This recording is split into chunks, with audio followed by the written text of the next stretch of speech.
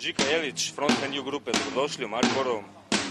Možda za početak se sjećate kad ste prošli put svirali u Sloveniji ili čak i Mariboru, ako se sjećate možda toga? Pokušavali smo da se prisjetimo usput putujući od Beograda prema Mariboru i došli smo do zaključka da je sigurno prošlo 20 godina od tog nekog zadnjeg nastupa u ovim krajevima i uopšte kad je Maribor u pitanju.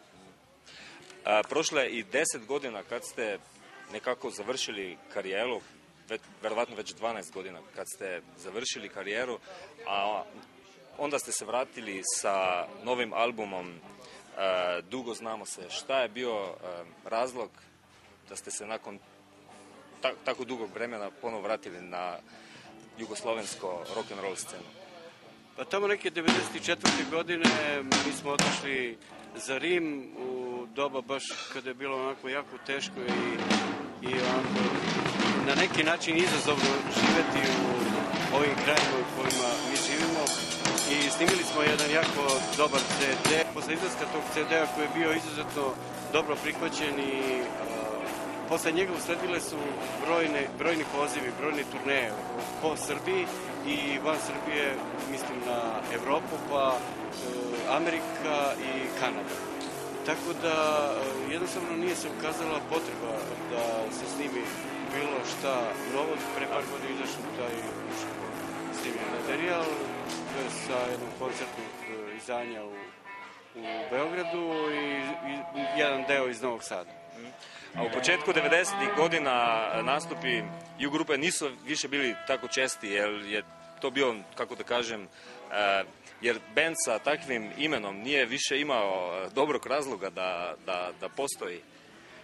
Pa ja verujem da su to drugi mislili, ja to nijednog trenutka nisam pomislio, a raspadom Jugoslavije taj naziv Ju što smo imali kao skraćenicu za Jugoslaviju, ne znam, imam utisak da je nekim ljudima bilo onako kao sama pomisao ili izgovaranje te reči već verovatno stvaralo neki otpor, pa onda i taj naš naziv koji smo imali i koji smo nekad nosili sa ponosom i predstavljali širom Evrope i dalje, odjedanput postao nekako na neki način omražen, moram tako da kažem.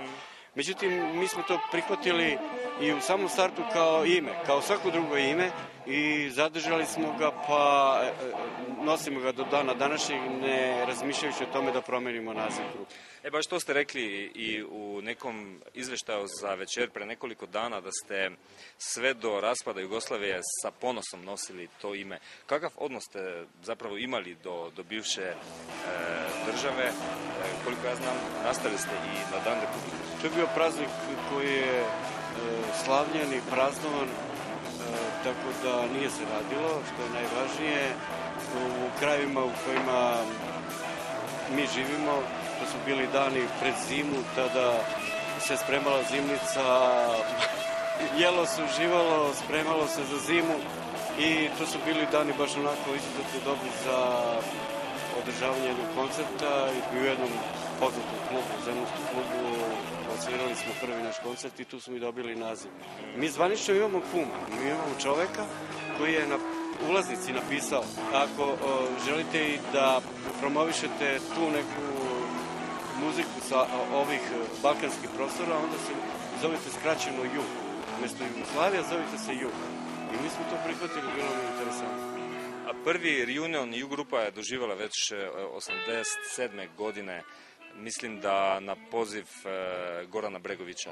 Ne, Goran Bregović nema apsolutno nikakve veze s tim, osim što smo dobri prijatelji, ali 87. godine Žika Ivanišević, jedan čovek iz Beograda koji se bavi raznoraznim stvarima usko vezanim za umetnost. Sad je jedan od najpoznatijih galerista u Srbiji. On je došao na ideju da ponovo Ju grupu pokrene, jer smo imali jedan požar 81. godine gde ja sam dobio opekotine, lečio sam se dugo, deo opreme izgoreo. Je li imao i Novi talas u 80-ih neki uticaj na vašu muziku?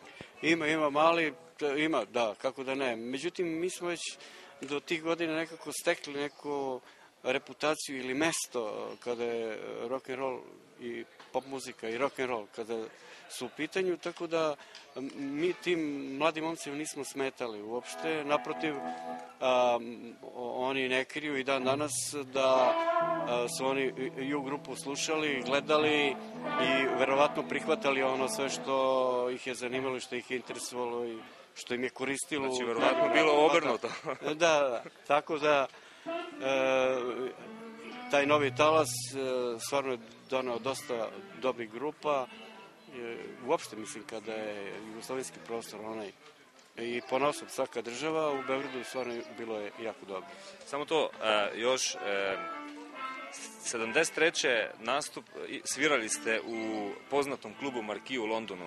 Da. Jer znate koja grupa tamo održala prvi koncert? Prvi koncert? Prvi koncert. To su Ne. bili Rolling Stonesi, samo sam hteo pitati da li su i oni imali neki uticaj na ju grupu.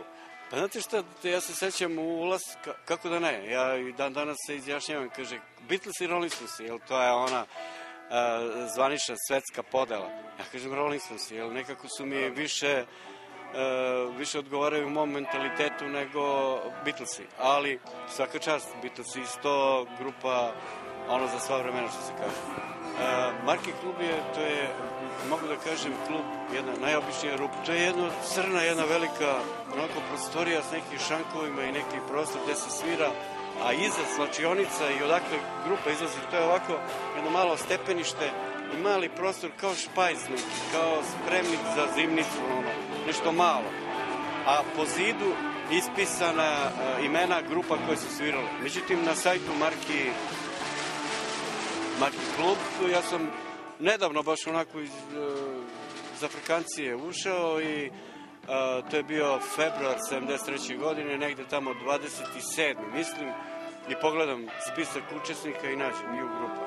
Što znači da su oni neverovatno, ali pedantno vodili evidenciju učesnika